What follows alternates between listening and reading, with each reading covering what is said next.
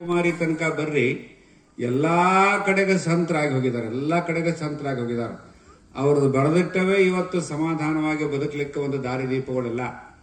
ಅದಕ್ಕೆ ಈ ಪ್ರವಚನಗಳು, ಗುರುಗಳು ಯಾಕೆ ಬೇಕು ಅಂತಂದ್ರೆ ನಮ್ಮ ಮನಸ್ಸನ್ನ ನಮ್ಮ ಕಂಟ್ರೋಲ್ ಅಲ್ಲಿ ಇಟ್ಟುಕೊಳ್ಳುವಂತ ವ್ಯವಸ್ಥೆ ನಾವು ಮಾಡಬೇಕಾಗತ್ತೆ.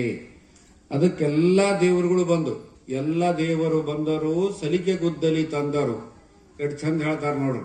ಎಲ್ಲ ದೇವರು ಬಂದರು ಸಲಿಕೆ ಗುದ್ದಲಿ ತಂದರು, ಅನ್ನ ದೇವರು ಬರ್ಲಿಲ್ಲೋ ಅಂತಂತಾರ ಅವ್ರು. ಅವಾಗ ಬಡತನ ಬಹಳ ಇತ್ತು. ಈ ದೇಶದಾಗ ಬಹಳಷ್ಟು ಅಡ್ಡಾಡಿದವ. ವಿನೋಬಾ ಅಂತ ಇದ್ರು, ಬಹಳಷ್ಟು ಓದ್ದವ್ರಿಗೆ ಗೊತ್ತದ. ವಿನೋಬಾ ಭಾವೆ ಅಂತ ಇದ್ರು.